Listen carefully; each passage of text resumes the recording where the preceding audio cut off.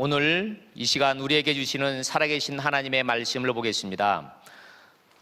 갈라디아서 제6장 14절 말씀입니다.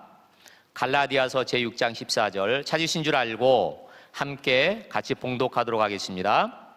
그러나 내게는 우리 주 예수 그리스도의 십자가 외에 결코 자랑할 것이 없으니 그리스도로 말미암아 세상이 나를 대하여 십자가에 못 박히고 내가 또한 세상을 대하여 그러하니라. 아멘.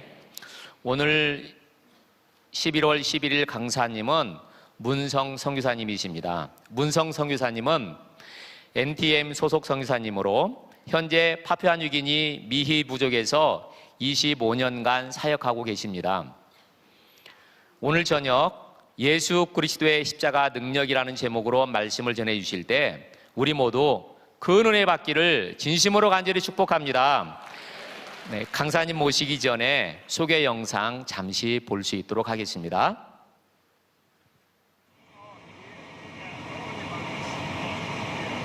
Meeting Grumman 27.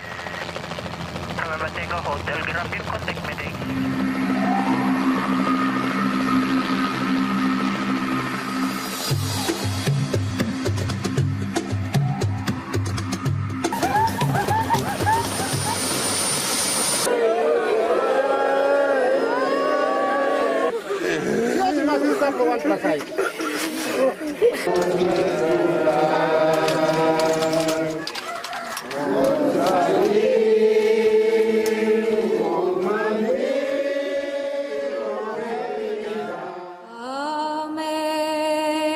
Amazing grace, how sweet the sound that saved a wretch like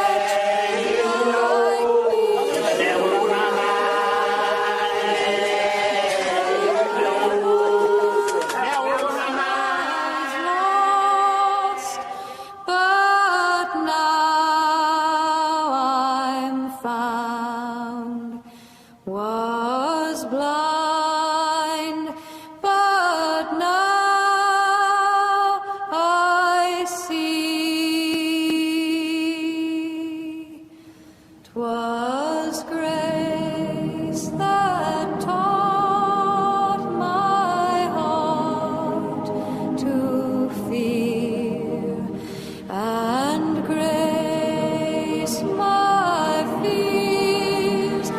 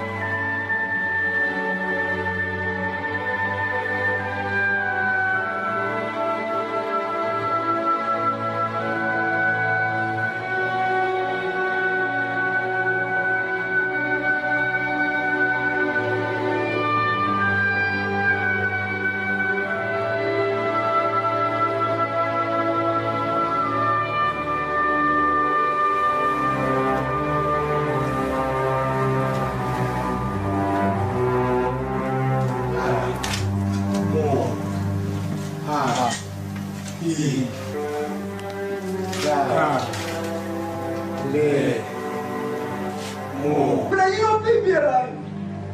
You play your play nine.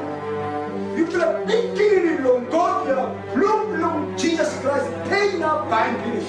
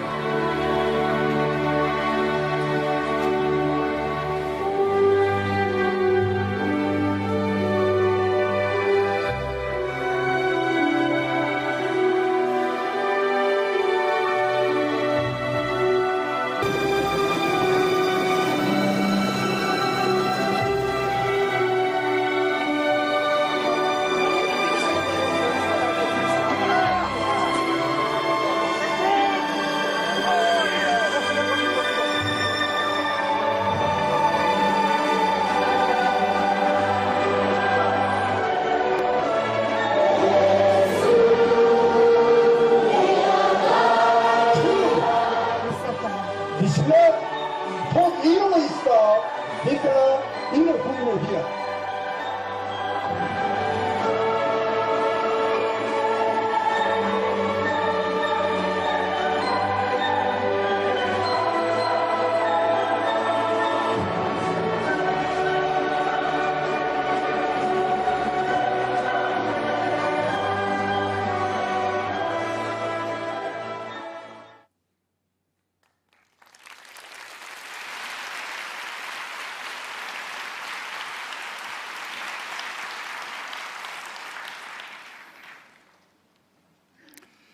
때로는 저를 소개할 때 파파누기니 정글 속으로 죽을 각오를 가지고 떠난 선교사라고 소개할 때가 있습니다. 제가 오늘과 내일 여러분과 나누고자 하는 이 간증의 결론부터 말씀드리면, 죽을 각오로는 결코 아무 일도 할 수 없다는 것입니다.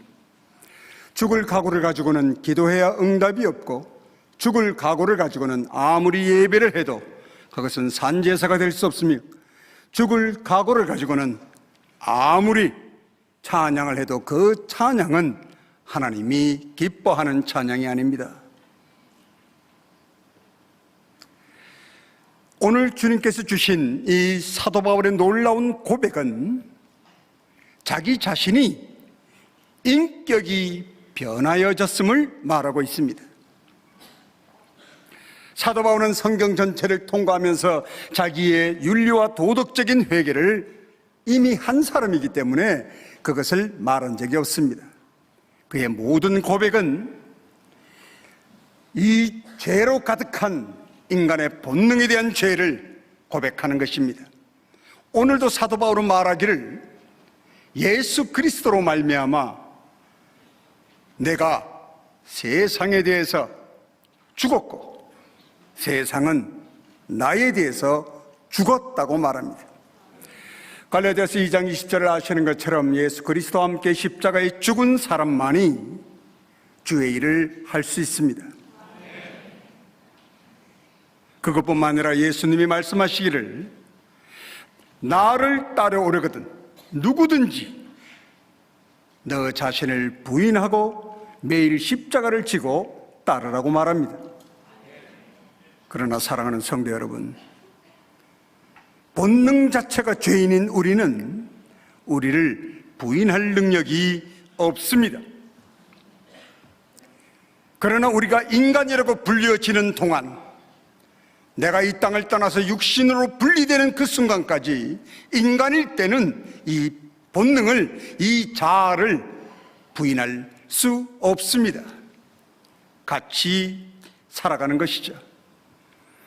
그것이 원죄 때문인지는 여러분이 너무나 잘 알고 있습니다. 그러나 오늘 사도 바울은 그리스도로 말미암아 내가 예수 그리스도를 가장 사랑하는, 그리고 내가 알고 있는 모든 지식이 배설물이라고까지 고백하게 되는, 그리고 내 민족이 구원받을 수 있다면 나의 구원을 포기할 수 있다고 하는 엄청난 간증을 말합니다.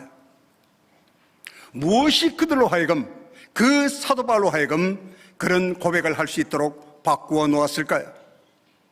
무엇이 동기가 되어 도대체 사도 바울의 그 귀와 눈에, 그리고 그의 지식에 어떤 것을 알게 되었길래 그가 세상의 모든 것이 그리스도로 말미암아 죽었고 내가 세상에 대해서 죽었다고 고백하는 놀라운 고백을 하게 되었을까?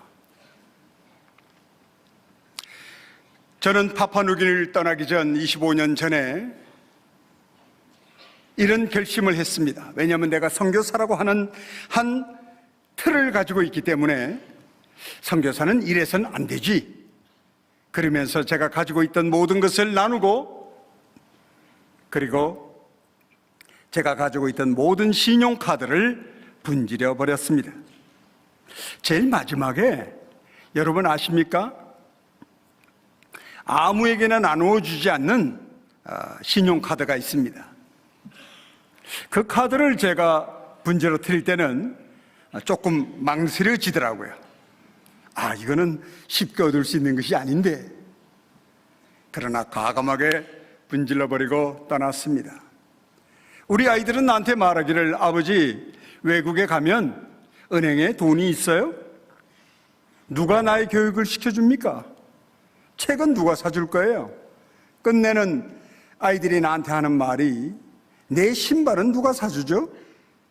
왜냐하면 물을 때마다 내가 하는 말이, 하나님이 너희들을 알고 계시다고 하니까 그 어린 나이에 그것이 도대체 알 수 없는 얘기겠죠. 그래서 가장 걱정하는 건 우리 아이들은 자기 신발이었습니다. 그리고 한국을 떠났습니다. 그런데 하나님께서 가르치기 시작하셨어요. 다시. 주님께서 말씀하시기를 새 푸대가 되어야 세수를 담을 수 있다고 하셨어요. 그리고 예수 그리스도의 십자가의 보혈로 말미암아 우리가 그냥 믿음을 얻고 구원받는 것뿐만 아니라 우리가 새로운 피조물로 태어난다고 말하고 있습니다. 새로운 인격, 나의 진정한 아이덴티티, 나의 진정한 나를 발견하는 그 삶을 영위할 수 있다는 것입니다. 지금 사도 바울은 그 얘기를 하는 것입니다. 내가 변화되었다는 것이죠. 제가 많은 분들이 동일한 간증이 있습니다마는 저희 집에 큰 일이 일어났습니다. 왜냐하면 그동안에 저희 어머님, 나의 장모님, 나의 처남, 내 형님 모든 분이 다 돌아가셔도 한국을 올 수 없었어요. 왜냐하면 올 수 있도록 하나님이 여건을 허락하지 않으셨습니다. 그것까지도 저의 신념으로 참을 수 있었어요. 왜? 내가 하고 있는 이 일이 사도 바울하고 비슷한 것 같았거든요. 그래서 참을 수 있다고 생각했습니다. 그러나 어느 날 교통사고가 나서 우리 집에 보험회사로부터 엄청난 금액의 청구가 옵니다. 그런데 한 일주일 전에 어떤 목사님이 저희 집을 방문해서 헌금을 하고 가신 것이 기억이 났습니다. 저도 사람인지라 우리 집에 돈이 있다는 생각을 얼른 하게 됐죠. 그래서 그 목사님에게 전화했습니다. 목사님, 나에게 이런 일이 생겼으니까 목사님이 헌금하신 것을 제가 이런 다른 목적으로 써도 되겠습니까? 그랬더니 그 목사님이 참 은혜스럽게 얘기하시기를, 하나님께서 우리의 필요를 미리 아시고 아신다는 그 말씀이 응답되는 자리에 자기가 쓰임받아서 좋으니 쓰라는 거예요. 그래서 그 돈을 들고 세리기 시작했습니다. 제일 마지막 장을 세릴 때 저도 모르게 돈 봉투를 던져버리고 땅바닥에 소파에서 털퍼덕 주저앉게 앉게 됐어요. 왜냐하면 내가 필요한 금액이 그 목사님을 통해서 주신 금액이 동일하다는 것에 놀라움이 있었지만, 그때 따라서는 그 동일하다는 것 외에 하나님이 나를 감찰하고 있다고 하는 것을 알게 해주셨습니다. 여러분, 내 자아가 들켜버린 순간, 내 양심이 주님의 감찰하심에 들켜버린 그 순간은 피할 길이 없어요. 단순히 숫자가 맞춰진 그 경험은 이전에도 있었습니다. 그래서 저의 모든 관심은 응답되어지는 그 응답되는 것에만 있었어요.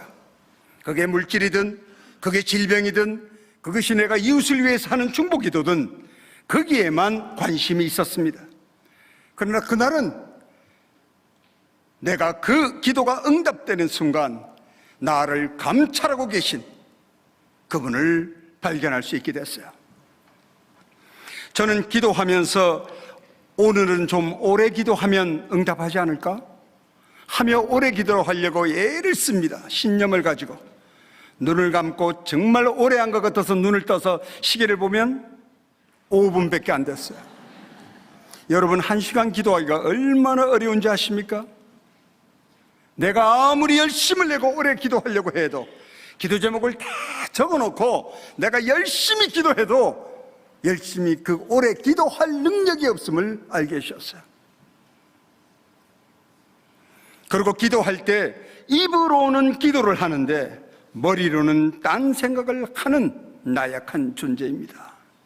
눈으로는 성경을 읽고 있는데 눈만 따라가서 읽지 내 머릿속에서는 다른 걱정을 끌어다 다른 생각을 해요. 이것을 주님이 다 아시는 겁니다. 머리카락을 세듯 그분의 감찰하심이 얼마큼 두렵고 떨리는지 그날은 견딜 수가 없었어요. 이전에는 몰랐습니다.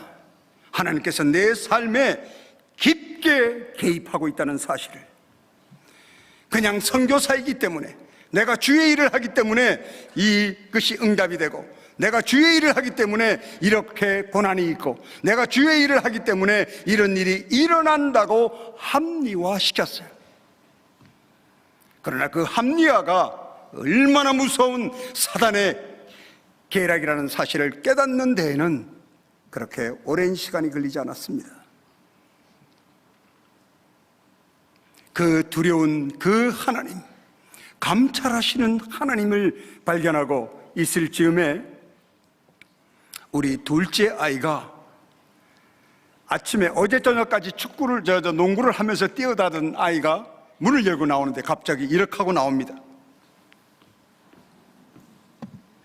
건장한 청년이 그렇게 하고 나올 때는 여러분은 어떻게 하시겠어요? 아이를 데리고 병원을 갔습니다. 7명의 의사가 일주일 동안 조사를 했는데 결과는 정상이라는 거예요. 그러면서 집으로 가라고 합니다. 집으로 다시 데리고 왔습니다. 그리고 내가 할 수 있는 것은 주님 앞에 기도를 한답시고 하는 것은 주님 앞에 불평하는 것밖에 없었습니다. 아버지 하나님, 제가 여의도에서 사업하면서 잘 있는 나를 내 소원은 장로 되는 것이었어요. 내 소원은 돈 많은 장로, 그것도. 왜? 그것도 주의 일이라 생각했으니까. 그래서 언제나 연초에 1, 2, 3일 날 기도원에 가면 아버지 하나님 돈 많은 장로 되게 해달라고 저는 선포하고 내려옵니다. 그러면 내 마음에 평안이 있는 것 같아. 뭐라고 생각하냐면, 아버지 들으셨죠? 3일의 금식과 3일의 기도를 흥정하는 거죠. 일주일 내 사업 부탁합니다. 제가 불평하며 기도하기를, 아버지 하나님, 나를 이곳까지 불러놓으셨으면 부끄러운 일은 당하게 하지 않아야 되지 않겠습니까? 왜? 내가 이렇게 몸이 돌아가는 아이를 데리고 한국에 가면 전부 다 주의 일 한다고 너희들이만 좋아서 가더니만 애를 저렇게 정신박약자처럼 비트는 애를 가지고 만들어 갖고 왔다고 말하지 않겠어? 그래서 대들었단 말입니다. 왜 그렇게 하시냐고. 제발 좀, 제가 선교사로서 주의 일을 감당할 수 있는 합당한 자가 아니라면 나를 차라리 한국에 그냥 돌려보내시지. 왜 이곳까지 보내셔가지고 이곳에서 우리 아이를 저 모양을 만들어야 된단 말입니까? 우리 아이가 그렇게 된 원인은 무엇 때문이냐면 문화 충격 때문에 그렇게 되었어요. 여러분, 문화 충격이 얼마나 무서운지 아십니까? 그래서 뇌에서 이상한 신호가 내려오는 거예요. 그 아이를 붙잡고 한 달 동안 기도했습니다. 기도하던 어느 날 내 책상 위에 놓여있는 기도 제목을 하나 발견합니다. 아마 여러분들도 종이에 다 기록하시죠? 저는 이렇게 배웠어요. 기도는 아주 자세히 적어야 된다고 목사님들이 가르쳐 주셨어요. 그러니 아주 그냥 깨알처럼 전부 적었어요. 설마 이런 것까지 주님께 얘기하면 너무 부끄럽다 하는 것까지 적었어요. 저는 다 적어놓고, 놀라울 만큼 어떨 때 한 1년이 지나서 그 기도책을 보면 전부 다 응답이 됐어. 그래서 할렐루야야. 말씀을 잘 들으세요. 제가 응답이 된 것을, 이 기도 제목을 딱 듣는 순간 제 안에서 두려움이 일어나기 시작하는 거예요. 왜 두려움이 일어나느냐 하면 응답이 된 기도 제목에는 기쁨이 일어나요. 응답됐구나. 내가 한국에 사업하고 있으면서 교회를 다녔으면 막 11조를 있는 대로 하고 막 감사헌금을 그냥 할 기도 제목이 응답되면 신난다 이 말이에요. 근데 응답이 안 되면 내 기분이 별로 안 좋아. 내가 기도를 짧게 해서 그런가? 내 기도를 하나님이 중언부언하게 들으시나? 그런데 여러분, 내가 주의 일을 하러 왔으니 내 기도 제목이 전부 다 합리화로 분명한 기도 제목이에요. 내가 주의 일을 하자고 필요하다고 적어놓은 것들이니까. 그런데 응답이 안 되니까 내 심령 속에서 불평이 일어나면서 무슨 합리화가 일어나느냐면, 아버지 그리 아니하실지라도, 응답을 지금 안 하실지라도 다음번엔 해 주시겠지. 제가 그 다니엘 친구들의 그 고백을 입에 담는 순간 저는 땅바닥에 엎어졌습니다. 왜냐하면 그 기도는요, 이렇게 합리화시키는데 쓸 그런 기도 제목이 아니에요. 내가 죽고 사는 것이 하나님 손에 달렸다고 하는 엄청난 신앙의 고백인 것을 나는 그까지 기도 제목 하나 지금 금방 응답 안 됐다고 하는 거예요. 두려웠어요. 그러며 그날 저녁에 기도하면서 하나님의 성품에 대해서 생각해 보았습니다. 아마 이 자리에 계신 분, 그리고 이 방송을 듣는 모든 분들은 그렇게 하실 수 있으리라고 믿습니다. 그러나 내가 그날 저녁에 종이를 펴놓고 하나님은 전능하시다, 전능하신 하나님이라고 적어놓고 내 지식 속에 하나님이 무엇인지를 적어보기 시작했어요. 전능이 무엇인가? 저는 한 줄도 적을 수가 없었어요. 거룩한 하나님, 거룩이 뭔가를 적어보려고 했어요. 기껏 적는다는 게 죄 없으신 것, 깨끗한 분, 이런 거나 적어. 한번 여러분도 적어보세요. 내가 얼마만큼 하나님을 알고 있는가?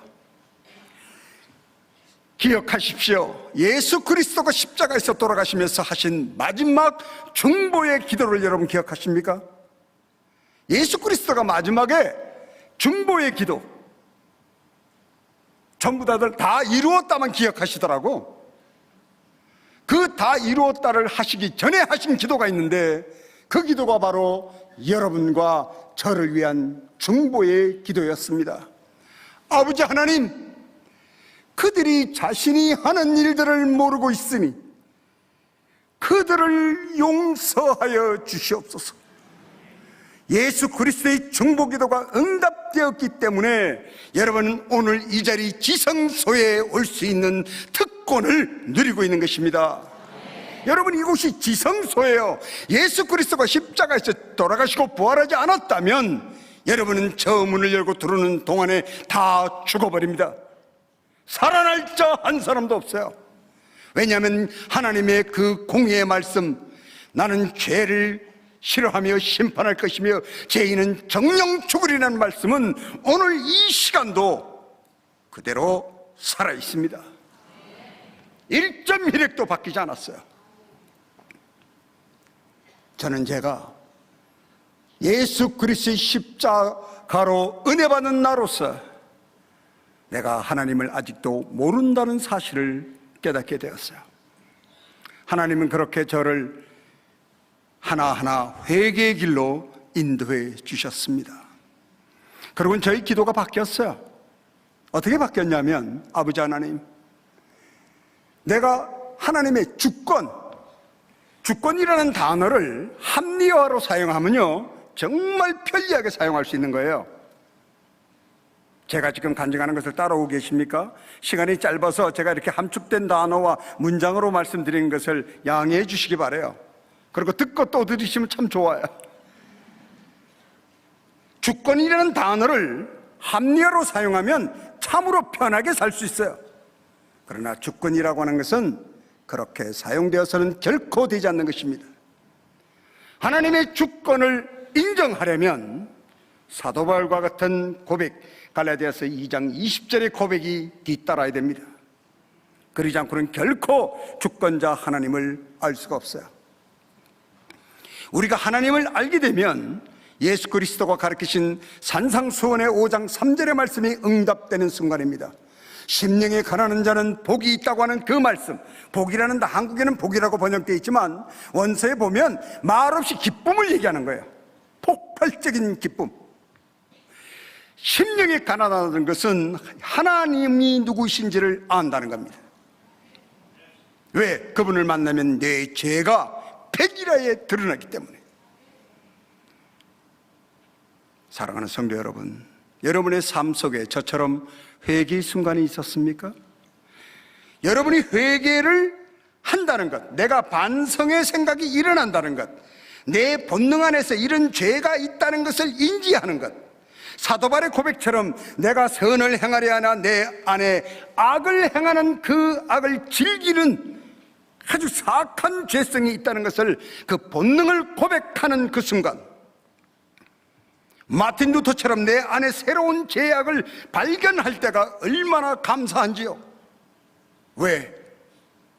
그것이 성령의 인도요, 그것이 십자가 밑에 가서 예수 그리스도를 만나는 놀라운 감격을 누렸기 때문에 마틴 루터는 그렇게 고백하는 것입니다. 여러분의 심령 속에 성령의 인도로 말미암아, 보혜사 성령으로 말미암아 여러분이 그런 누이침과 깨달음과 여러분이 죄성이 일어난다면, 다시 말하면 선이 없는 우리가 선을 행하는 자리에 있다면, 지금 여러분 이 자리에 예배 드리고 있는 이 모습을 가장 하나님이 기뻐하세요. 하나님이 이 죄인이 하는 세 가지 행동을 기뻐한다라고 조나단 에드워드가 얘기했어요. 무엇이냐면 첫 번째가 예배요, 두 번째가 기도요, 세 번째가 찬양입니다. 우리 그리스도인이 할 수 있는, 하나님 눈에 볼 때 가장이 아니라 그래도 너희들이, 선이 없는 너희들이 선한 일을 하는구나라고 인정되어지는 것이 이 세 개뿐이라는 것이에요. 근데 그것이 여러분의 능력이 아니라는 것입니다. 선이, 나로부터 일어나는 선이 내 것이라고 생각하는 순간 여러분은 속기 시작하는 거예요. 선을 행할 수 없는 우리, 의인이 없는 이 우리가 죄로만 물들어 있는 내가 선을 행한다는 것, 그 자체가 바로 예수 그리스도의 십자가의 보혈의 죽으심과 부활의 능력 때문에 그렇습니다. 그렇다면 여러분이 회개한다는 것, 그 자체가 여러분의 능력이 아니에요. 저는 그때 주님의 주권을 인정하며 기도합니다. 그리고 이런 기도도 해요. 아버지 하나님, 하나님께서 우리 아이가 정신박약조처럼 몸이 돌아가는 것으로 인해서 영광을 받기를 원하신다면 그렇게 한국으로 저를 돌아가게 해 주십시오. 왜냐하면 옆에 있는 외국 동료들이 하는 말이, 아들이 그러는 걸 보니까 너는 부족 선교사라서 합당하지 않다, 돌아가라. 절대로 안 됩니다. 아주 건강한 청년도 버티기가 어려운데 몸을 도와줘야 되는 아들을 데리고는 거의 불가능하죠.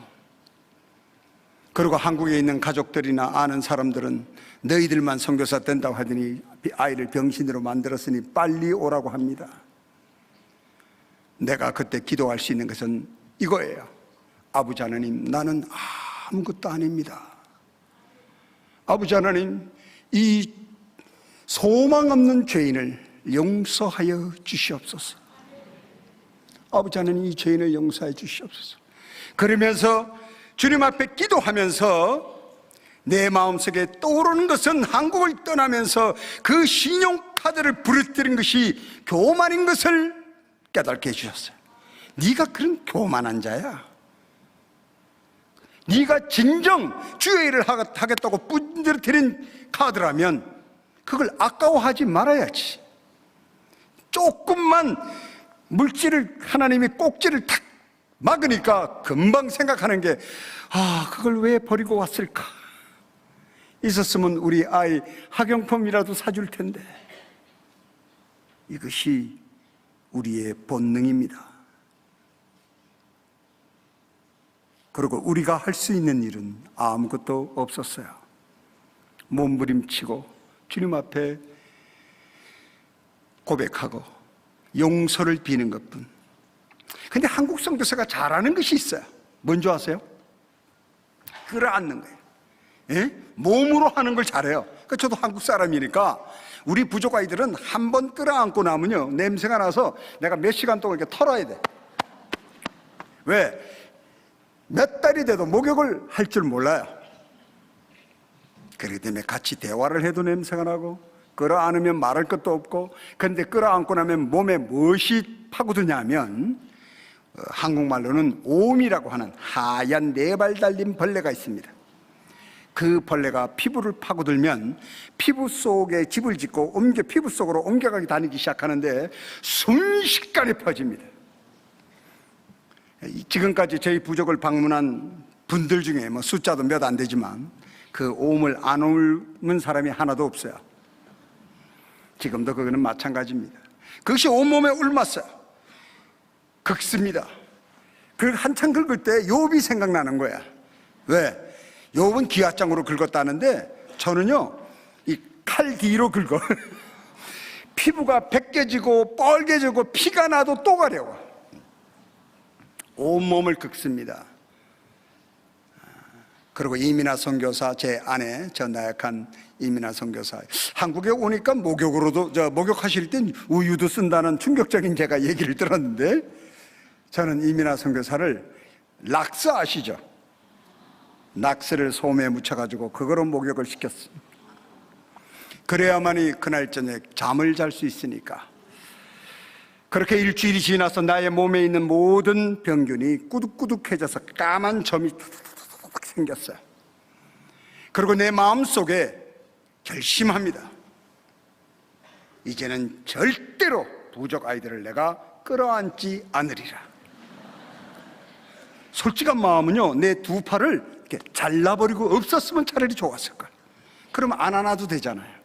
그럼 누가 그 안는 걸 가르쳐줬나? 내가 가르쳐줬거든. 우리 부족은요, 인사가 다리를 더듬는 거예요. 다리 밑에서부터 이렇게 막 더듬어서 그냥 부끄러운데도 막 만지고 막 만져요. 그런데 끌어안는 건 내가 가르쳐 놓고 그 끌어안는 걸 내가 이제 하고 싶은 마음이 하나도 없어요. 그날 저녁에 성경 말씀을 보는데 말씀에 언제나 읽던 말씀인데 이 말씀이 새롭게 다가오는 거예요. 사랑할 만한 사람만 사랑하면 어찌 그것을 사랑이라 할 수 있겠는가? 여러분, 이 칼날처럼 예리한 주님의 말씀은 우리의 본능이 진정 소망이 없음을 얘기하는 것입니다. 우리가 아무리 사랑하려고 몸부림쳐도 우리는 사랑할 수 있는 능력이 없고 용서할 능력이 없고 우리는 선을 생활할 능력이 없어요. 펑펑 울었어요. 왜? 아버지 하나님, 나는 그럼 어떡하란 말입니까? 내가 할 수 있는 건 기꺼이 끌어안는 것밖에 없는데 그것조차도 아무런 사랑하는 표현이 아니라면 내가 무엇을 할 수 있을까요? 몸부림치며 울었어요. 그리고 그 다음날 아침이 되었습니다. 왜? 내 결심은 더욱더 강해져요. 나의 신념은 절대로 부족의 애를 이제 안지 않으리라. 그만큼 띄워놓고 얘기하고 그래도 복음 전할 수 있어요. 안 안아도. 왜 굳이 내가 걔네들 내일 제가 부족 형제들 간증을 할 터인데 여러분이 아마 기대해 주세요. 오늘은 내 간증을 하려고 해요. 친정에 온 기분이야 제가. 한 번도 제 간증을 해본 적이 없어.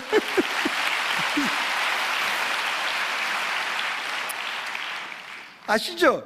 시집간 딸이 엄마한테 와서 시집 얘기, 시집살이 얘기 털어놓는 것처럼 제가 좀 털어놓고 싶어요.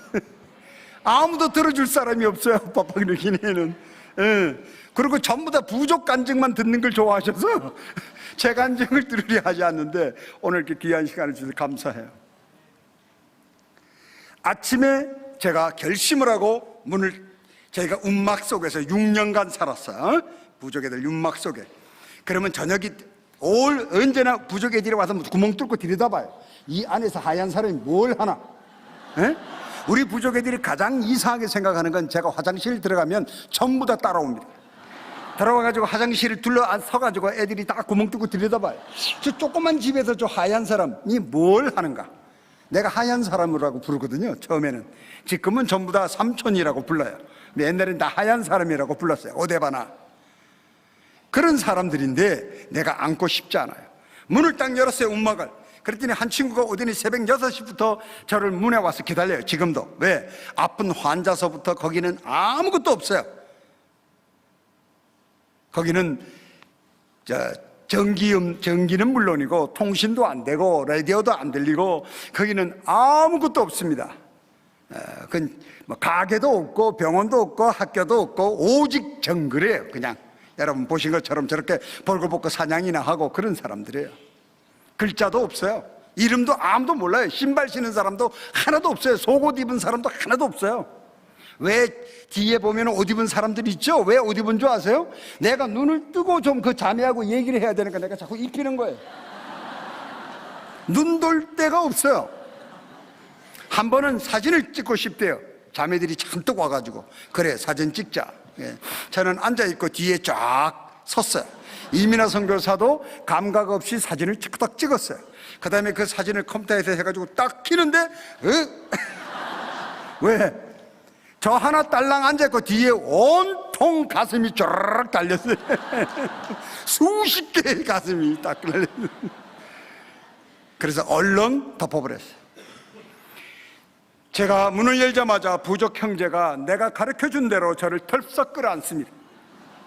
그러니까 몸이 어떻게 돼요? 야, 그러다 앉지마 그러진 못하지 않습니까? 했어요. 제 간증을 잘 들으십시오. 여러분의 삶을 변화시킬 것입니다. 그 벌레는 저희 부부의 피부로 다시 파고들고 매일같이 긁어야 되는 것이 일상생활이 되었지만 제가 이걸 가지고요 묵상해 봤어요. 여러분의 삶 속에 어떻게 적응할 수 있을까? 여러분이 이 땅에서 그리스도를 살아가는 동안에 여러분이 감당치 못한 것과 감당할 수 있는 모든 고난 속에서 존재하는 거예요. 살아가는 거예요. 그러니까 그 같은 얘기예요. 제가 부족해서 긁어야 되는 것이 일상생활이 되었지만 내가 변화가 일어나기 시작한다는 사실을 알게 되었어요. 왜? 회개하고 통해 자복했기 때문에. 무엇이 변화가 일어났느냐 하면 다른 때는 제가 이렇게 사진을 찍었어요. 여러분 이 사진 보니까 별로 뭐 충격적인 거 없죠? 다만 충격적인 건 그냥 원주민이니까 벌거벗었구나 그거죠. 제가 옛날에 찍었던 사진을 드리면요 아마 여기 계신 모든 우리 자매님들과 우리 집사님, 여자 집사님은 다 두 눈을 가려야 될 장면들밖에 없어요. 왜? 새끼 돼지를 젖을매기 키우거든 여자들이요. 그거 보여드리면 얼마나 놀라실까. 제가 옛날에 사진을 찍으면서 망원 렌즈가 있으면 좋겠다. 왜?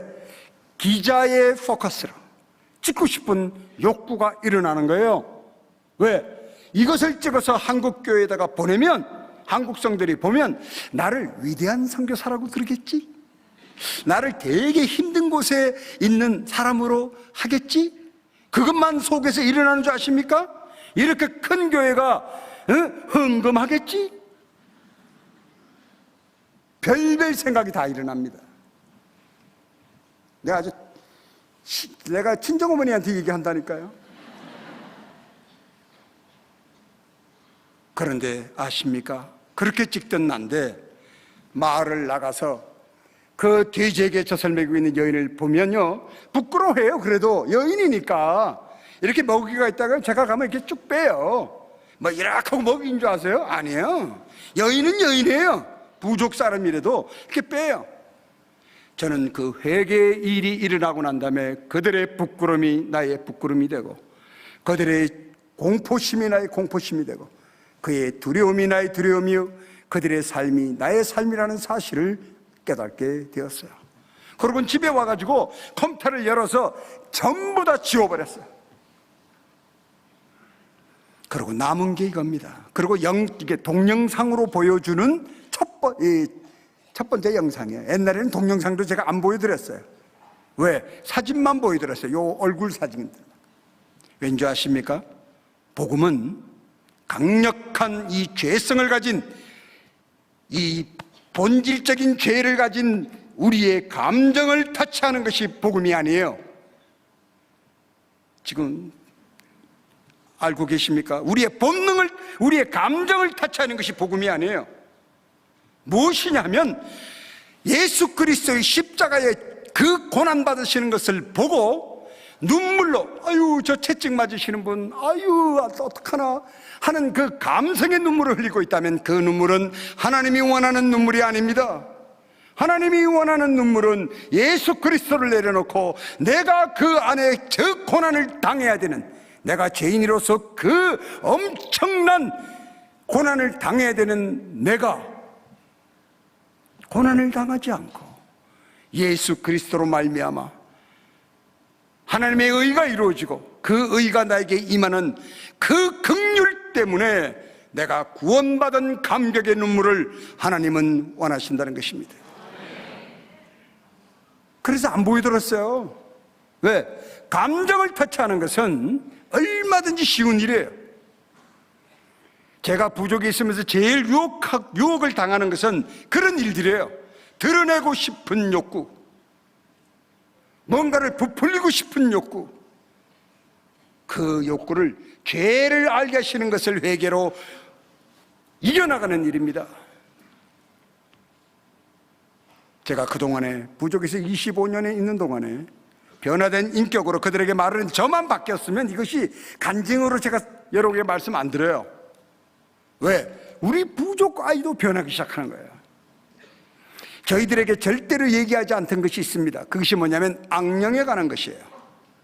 왜? 지금 우리 부족은 지금도 악령에 시달리고 있고 악령의 죽음의 공포 속에 살아가요. 제가 인천의 어떤 교회에서 집회를 했는데 그 목사님이, 선교사님, 다른 데는 몰라도 여기는 꼭 한번 가보시고 보고 난 다음에 부족으로 돌아가십시오 하며 저를 데리고 인천에 있는 선교 그 탑이 있더라고요. 거 갔더니 우리나라에 최초에 왔던 선교사님들이 바로 기도한 기도문이 그 탑에 적혀 있었습니다. 뭐라고 적혀 있는지 아십니까? 아버지 하나님, 죽음의 공포 속에 있는 이 조선 백성을 위하여 기도합니다. 우리나라에 처음 왔던 선교사들의 눈에 우리는 죽음의 공포 속에 있던 자녀들이었어요. 제가 그걸 읽는 순간 깜짝 놀랐어요. 왜? 나도 우리 부족에 대해서 그 기도를 하고 있는데 그 기도가 이 기도문에 적혀 있어요. 바로 우리를 위해서. 우리 부족 형제들은 죽음의 공포 속에 있습니다. 왜냐하면 내일 말씀을 드리겠습니다마는 남편이 화가 나면 칼로 쳐서 부인을 죽여도 경찰이 오지도 않아요. 목을 졸라 죽여도 아무도 오지 않습니다. 왜? 돼지 3마리를 주고 샀기 때문에. 돼지만 있으면 10명의 여자를 데리고 있어도 부러울 뿐이지 아무도 그걸 가지고 말하는 사람이 없어요. 지금도 그렇게 살아가는 사람들입니다. 그래서 악령에 관한 것을 얘기를 제가 물으면, 왜냐하면 영적인 문제를 정확하게 문화 분석을 하지 않으면 복음을 전할 수가 없어요. 그래서 그들의 영적 문제를 끊임없이 알아야 되는데 말을 안 해. 말하면 자기 딴 핑계 대고 나 가야 된다고 다 가요. 근데 제가 통회자복하고 난 다음에 그들이 와서 저에게 이런 말을 합니다. 내가 본 거는 아니고 두렵다는 거죠. 내가 들었는데, 이렇게 말을 해요. 내가 들었는데 그 마살라이는 이런 악령이야. 악령이라고 안 그래요. 이런 신이야. 상금하는 이러한 것이야 라고 고백하기 시작해요. 그 다음에 부족 여인들이 와서 그 부부관계의 그 말로 여러분에게 표현할 수 없는 여인의 삶을 우리와 나누기 시작합니다. 그리고 남자들은 와서 남자의 집을 지어놓고 그 집안에서 여자가 들어가면 바로 죽여버려요. 몇 년 전에, 제가 들어가기 1년 전에 250명 한 마을 사람들을 몽땅 다 죽여버린 적이 있어요. 아이들까지. 왜냐하면 그 속에 그 마을 남자가 여자 아이를 안고 들어온 곳이 발각되었기 때문입니다. 여자가 절대 들어올 수 없어요. 근데 그 안에서 남자들이 행하는 그 행위라고 하는 것은 여러분의 상상을 뛰어넘습니다. 그런 삶을 사는 것을 제가 거기 들어가 볼 일이 있어요? 근데 그들이 저한테 그 두려움을 이기고 말하기 시작한다는 것입니다. 그들의 영적인 모든 문제들을 다 파악할 수 있었을 때 바로 저의 복음으로 그들에게 다가가기 시작했어요. 알게 되었어요. 무엇이 그렇게 만들었을까? 그것은 바로 회개라고 하는 것이었다는 것입니다. 제가 여러분에게 회개를 하라고 말씀을 드리는 것은 단순히 무엇을 이렇게 정죄하고자 하는 선에서 말하는 것이 아니에요. 그리스도의 삶 속에 회개가 일어나는 것은 회개할 때가 가장 성령이 충만한 때입니다. 여러분이 회개해야만 기도의 응답이 있어요. 다시 말하면 회개하지 않고는 아무리 내새겨봐야 그 기도는 응답되지 않습니다. 회개를 해야 십자가의 예수 그리스도와 손을 잡는 거예요. 그것이 연결고리예요. 윤리 도덕적인 회개만을 말하는 것이 아닙니다. 이미 여러분은 윤리 도덕적인 회개를 다 하셨어요. 그리고 첫사랑을 갖고 계세요. 근데 왜 지금쯤 와가지고 그때를 그리워하십니까? 왜? 여러분도 모르는 사이에 본능 속에서 습관화되어지는 신앙생활을 살고 있기 때문입니다. 여러분은 본능은 무엇을 양산해내는 줄 아십니까? 끊임없이 바벨탑을 만들어가요. 본능은 끊임없이 종교생활을 하도록 끌어갑니다. 본능은 우리를 예수 그리스도로부터 멀어지는 일들만 인도해요. 그렇기 때문에 주님께서 그 산상수훈을 통해서 너 안에 죄가 있음을 경멸하라 그러잖아요.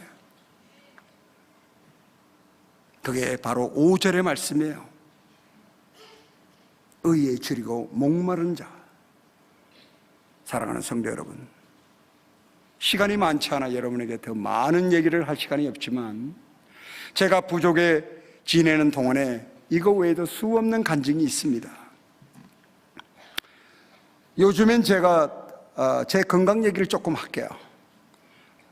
시간이 그래도 많고 여러분들이 잘 제 간증을 알고 따라오시니까 저는 사실 여기 의사 선생님이 계시면 나중에 들으세요. 제가 가지고 있는 이 병이 얼만큼 대단하게 놀라운 것인 걸. 영어로는 애뉴리즘이라고 말합니다. 한국말로는 대동맥류라고 말해요. 저는 지금 여기서부터 여기까지 심장으로부터 밑에 내려 또 복부로 내려가는 이것을 두 곳 다 인공동맥으로 차고 있습니다. 그래서 제가 지금 목소리를 조금 크게 이렇게 하면 이민아 선교사가 손으로 자꾸 이래요. 왜냐하면 혈압이 올라가면 저는 단 3초 만에 여러분을 떠나야 됩니다. 왜냐하면 대동맥 뒤로 넘어가는 그걸 디센딩 에롤타라고 하는 그 뒤로 넘어가는 부분이 벌써 3.5cm가 터져 있어요. 그것이 1.5cm 정도 남았습니다. 제가 이 몸을 가지고 그리고 지금도 의사들이 한국에 오는 것을 허락하지 않았어요. 그러나 제가 여기 온 것은 저의 의지가 아닙니다. 저의 신념이 아닙니다. 바로 회개를 통해서 그 예수 그리스도 십자가의 보혈의 능력을 알게 되었습니다. 여러분, 복음은 이해하는 것이 아니에요. 복음은 아는 거예요. 모르던 자가 알게 되고 죽은 자가 사는 것이지, 복음은 언더스탠딩이 아니라 아는 것이 아니에요. 근데 여러분도 모르게 그런 대답 많이 하시죠. 이해가 됩니다. 그건 물리학이나 수학 공부할 때나 그렇게 얘기하는 것이지, 복음은 아는 것과 모르는 것이 극명한 열매를 갖는 것이 복음의 왜? 진리이기 때문에. 우리의 인격을 변화시키는 놀라운 능력을 가지고 있어요. 여러분이 회개를 하게 되면 내적인 변화가 일어나는데, 여러분 다 아시는 것, 성화가 일어나서 거룩에 이르는데 그것이 뭐냐면 내 안에서 가치관의 변화가 일어나기 시작합니다. 여러분들이 이 컵을 바라보면 이 컵에 제가 이렇게 여러분에게 가르칩니다. 이 하얀 컵은 손잡이가 없습니다. 아멘이죠. 그리고 이 컵은 하얗습니다. 그렇습니다. 이것이 세상의 진리요, 지식이요, 경험이요, 이것을 신학에서는 세계관이라고 말합니다. 그런데 주님의 복음의 가르침은 이것이 아니에요. 복음의 가르침은 우리가 회개를 통해서 인격이 변화가 되면 우리는 크리스천 뷰, 예수 그리스도 십자가에 달려 계신 돌아가신 그 주님의 눈으로 세상을 바라보는 거예요. 바라봄으로 말미암아 복음의 비밀을 깨닫게 됩니다. 이것이 가치관의 변화가 일어나야 돼요. 가치관의 변화가 딱 일어나게 되면 사도 바울 같은 고백을 하는 거예요. 내가 알고 있던 모든 지식이 배설물과 같다. 배설물이라 그런 것이 아니라 이 세상의 지식은, 세상의 진리는, 세상의 가치관으로는, 경험으로는 결코 생명을 잉태할 수 없어요. 생명을 낳을 수가 없어요. 그런데 예수 그리스도를 아는 이 지식은 바로 죽은 자를 살리는 놀라운 가치 기준이 다르다는 것입니다. 그래서 사도 바울이 그 얘기를 하는 거예요. 그러면 나중에 하는 말이 뭡니까? 사도 바울이 그의 3년 동안, 이제 그 평생의 사역 중에 3차례의 놀라운 고백을 하게 되는데, 첫 번째는 뭐라고 말하냐면, 내가 모든 사도들 중에서 가장 작은 자라고 겸손을 보입니다. 그러다가 사역 중간에 하는 말이 뭐냐면, 나는 모든 성도들 중에서 가장 작은 자라고 하는 그 겸손을 또 얘기합니다. 이제는 마지막 때에 하나님 앞에 한 번쯤은 아버지 하나님, 내가 이런 일을 했어요라고 자랑해도 될 만한 자리에 사도 바울은 내가 죄수 중에서도 괴수라고 고백합니다. 누가 사도 바울로 하여금 그 엄청난 겸손의 자리로 인도하였을까요?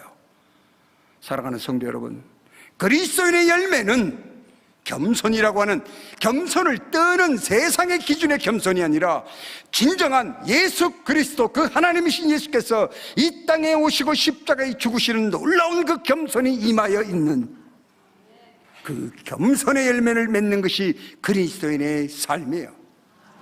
조금 더 붙여서 설명을 드리면, 여러분이 단돈 1,000원이 있을 때 길을 가다가, 오늘도 예배를 보고 나가다가 옆에 추운데 누워있는 어떤 배고픈 분을 보고 1,000원을 던져주는데, 예수 그리스도를 모르고 믿지 않는 분이 1,000원을 주는 것하고 여러분이 주는 1,000원하고는 다르다는 것입니다. 열매가 달라요. 왜? 믿지 않는 분은 1,000원을 주면서 그분들도 선을 행합니다. 왜 선을 행하냐면, 그 안에 조나단 에드워드가 이런 얘기를 해요. 우리가 죄를 지었기 때문에 우리 안에 있는 홀리 라이처스, 거룩한 의의가 사라져버렸어요. 그리고 우리가 이 땅에서 작은 선을, 일반 정에 의해서 작은 선을 행하는 이유는 우리가 그 하나님이 남겨놓은 신의지 속에서 생활하기 때문에 그런 거예요. 이게 도토리 기재기하는 거죠. 그러나 그 본능 자체가 죄인인데, 이분이 1,000원을 딱 던져줄 때는 자기도 모르는 사이에 그 구제한 것을 자기 기쁨으로 가져갑니다. 여러분, 제 다 경험한 거 얘기하는 거예요. 제가 책 보고 얘기하는 게 아니에요. 제가 옛날에 헌금 딱 하고 나면요, 그날은 개인이 나 혼자 좋아. 이번 달은 11조를 얼마 했어. 난 그랬어요. 여러분은 안 그랬는지 모르지만, 감사한 거 딱 하면요, 개인이 나 혼자 뿌듯해. 아버지 받으셨죠? 전 그랬어요. 아주 본능에 그때 되게 충실했어요. 근데 이걸 알게 하시는 거예요.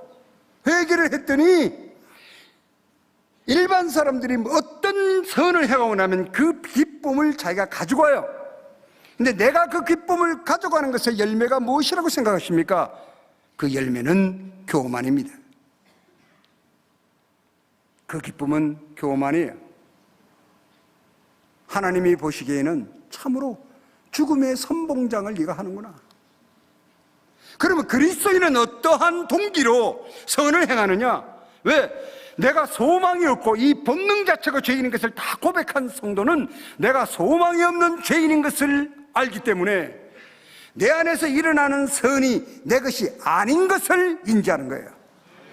예수 그리스도께서 여러분 안에서 당신의 기쁨을 위하여, 당신의 원하는 것을 위하여 여러분을 콜링하기 때문에 선을 행하고자 하는 거예요. 콜링이 일어난 거예요. 조금 전에 헌금하신 거예요. 그것도 다 콜링에 의해서 하는 겁니다. 줘놓고 내가 어린애한테 헌금해서 기쁨을 만족하면 교만 열매만 들고 가시는 거예요.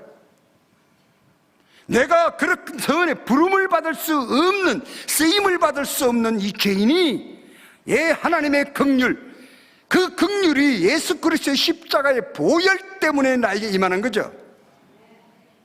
그래서 십자가 보혈의 능력이에요. 그렇게 임함으로 인해서 내가 그에게 구제를 하게 되면 무엇으로 구제를 합니까? 순종으로. 주의 일은 순종으로 하는 거예요. 콜링에 대한 순종으로 선을 행하니, 주의 일을 순종으로 청소를 하니, 주의 일을 청소함으로 성도들의 정심을 마련하니, 어떤 일을 하든 내 안에서부터 이웃을 사랑하는 일이 일어난 모든 것들이 하나님의 콜링으로 하게 되면 내가 할 수 없는 내가 그 부름을 받고 행하는 것에 대한 감격이 일어나겠죠. 주님은 우리에게 기쁨을 주시고 나에게는 말할 수 없는 겸손의 열매를 맺게 하시는 거예요. 이 기쁨과 겸손이 뭔지 아십니까? 산상수훈에 온유한 자는 복이 있나니, 그때서야 이 온유에 감격하며 아멘하게 되는 것입니다. 이것이 그리스도인의 인격이에요. 근본적으로 달라요. 가치관이 딱 바뀌게 되면, 여러분 자녀들이 가치관이 딱 바뀌게 되면, 왜 교회에서 청년이 떠나는지 아십니까? 제가 그거 가지고 기도 많이 했어요. 왜? 그런 얘기를 많이 들으니까. 왜 교회에 왜 청년들이 남아있지 않는가?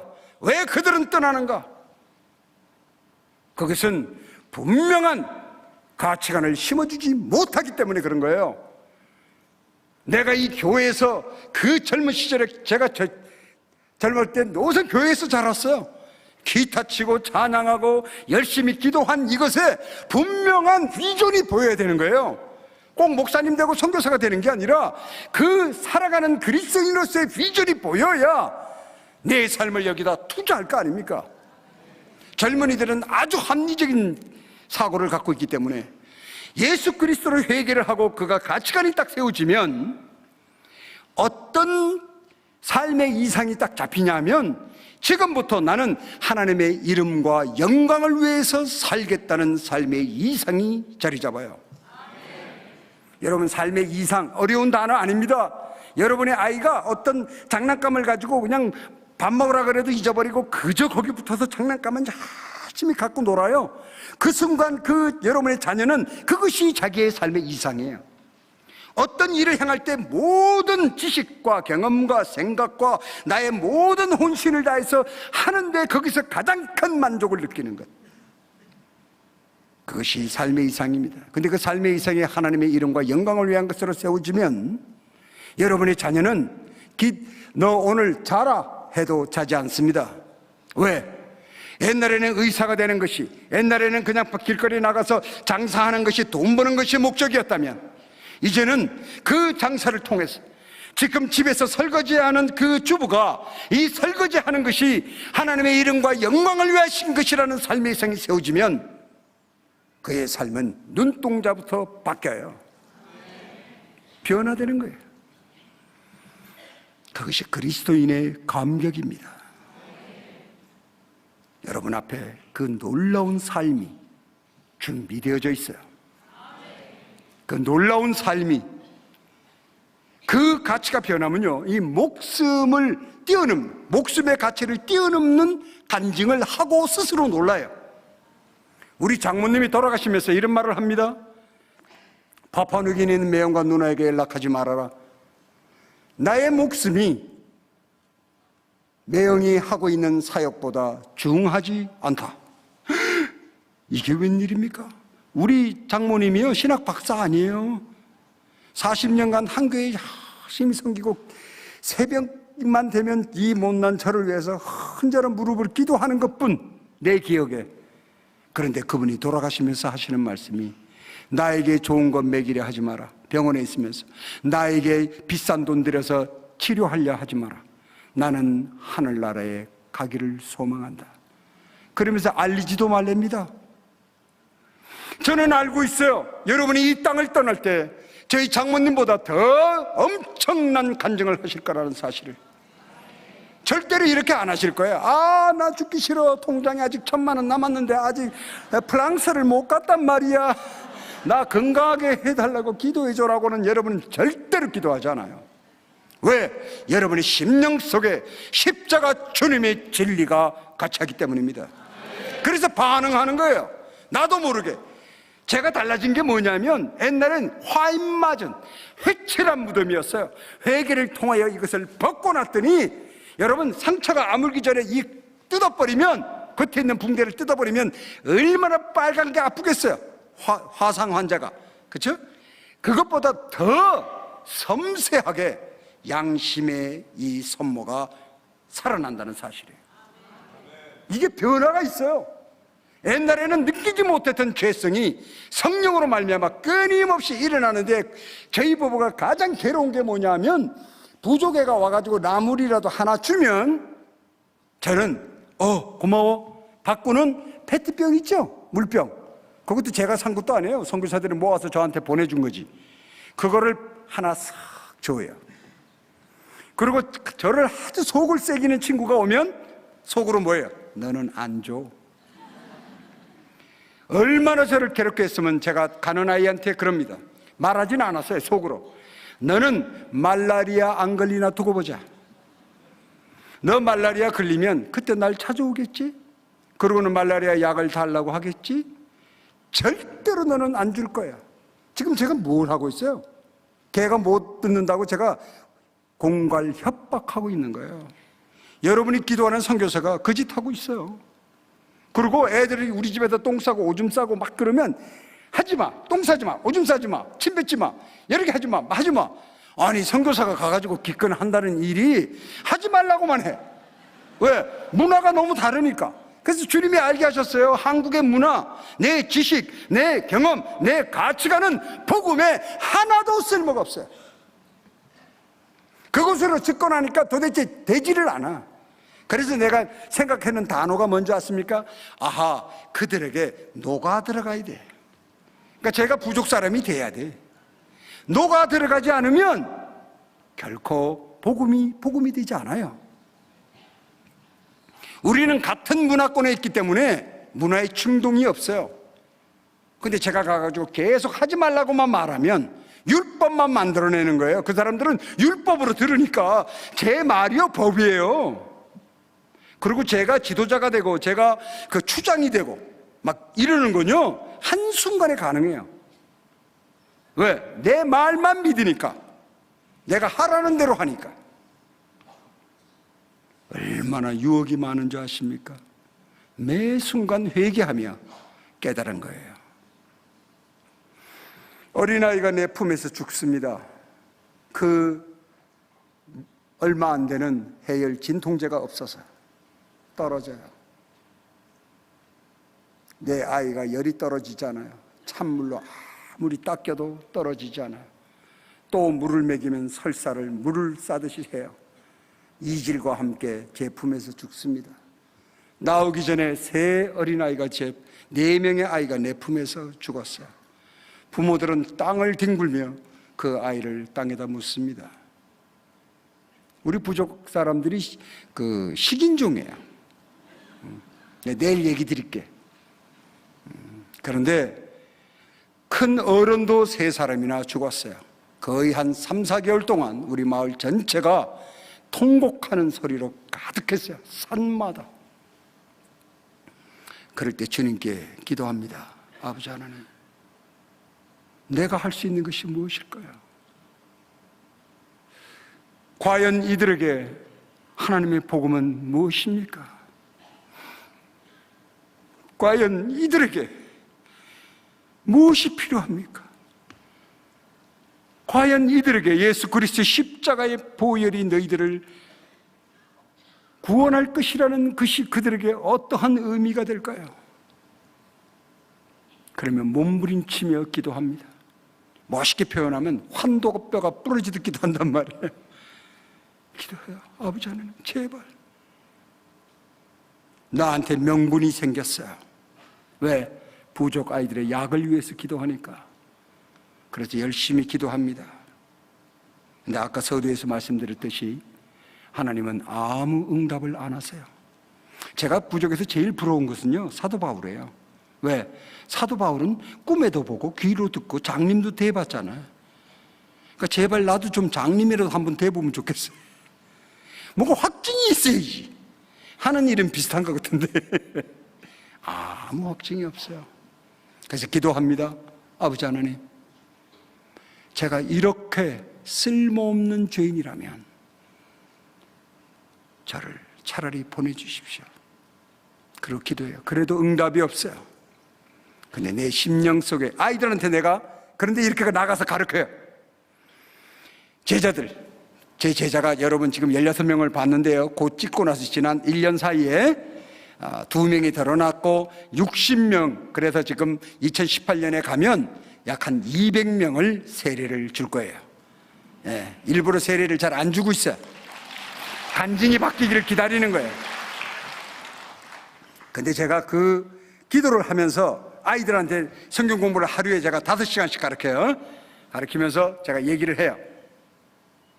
너희들이 힘들고 어려울 때 하나님만을 의지해라. 아멘이죠. 왜? 내가 알고 있는 하나님 의지해야만 돼요. 그래서 그렇게 얘기를 해요. 하나님만이 너희들을 도울 것이고, 하나님, 난 너희들은 나를 의지하지 마라. 하나님만이, 나도 너희들을 의지하지 않는다. 나도 하나님을 의지하기 때문에 여기 있는 거야 하면서 그들에게 가르쳐요. 그리고 저녁에 와서 또 기도합니다. 그런데 내 마음속 깊은 곳에서는요, 돈 많으신 장로님에게, 그리고 좀 큰 교회에 편지를 보내고 싶은 욕구가 불현듯 일어납니다. 사랑하는 성도 여러분, 이 선교사의 심정을 알겠습니까? 왜? 아이들에게 지금 그것도 지식인도 아니야. 벌거벗은 저 식인종 아이들에게 내가 사기치고 있는 거잖아요. 나도 믿지 않으면서,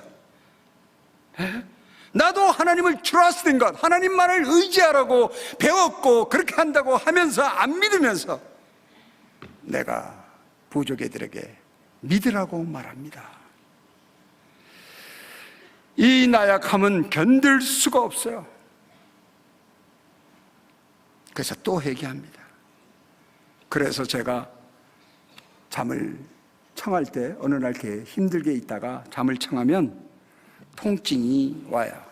그럴 땐 이런 생각이 듭니다. 아버지 하나님, 오늘 저녁이 마지막입니까? 너무 이렇게 제가 이런 쪽에 얘기를 드려서 놀라실 텐데 실제 제 건강 상태가 그래요. 오늘 저녁이 제가 마지막 상태입니까? 왜냐하면 저희 부족의 저희 그 본부에서 저희 장례 순서를, 장례를 다 준비하고 대기하고 있어요. 비행기도 대기하고 있고, 제가 부족에서 언제 쓰러질지 모르기 때문에 오늘도 의자를 부탁할까 하다가 이게 이 단이 집을 수 있어서 제가 안 하는 거예요. 아버지, 오늘 저녁이 끝이라면 내가 잠들기 전에 내가 기억하지 못하는 모든 죄를 낱낱이 찾아 기억나게 해 주십시오. 내가 아버지 하나님 회개하기를 원합니다.